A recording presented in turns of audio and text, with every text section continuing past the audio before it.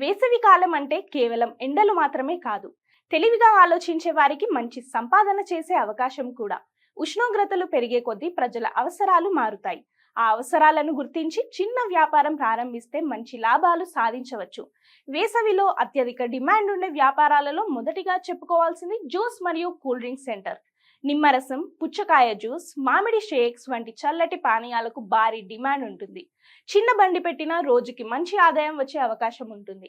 అలాగే ice cream, kulfi stall కూడా వేసవిలో మంచి లాభాలను ఇస్తుంది.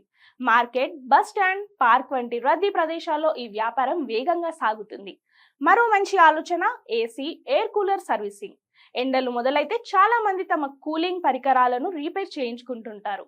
అదేవిధంగా చల్లటి నీరు, ఐస్ సరఫరా కూడా మంచి ఆదాయం ఇచ్చే వ్యాపారం. పెళ్లిళ్ళు, ఈవెంట్లు, చిన్న హోటళ్లకు ఐస్ డిమాండ్ ఎక్కువగా ఉంటుంది. పిల్లలకు సమ్మర్ క్లాసులు నిర్వహించడం కూడా మంచి ఆదాయం తెచ్చే అవకాశం. మొత్తంగా చూస్తే వేసవి కాలంలో ప్రజల అవసరాలను అర్థం చేసుకుని సరైన వ్యాపారం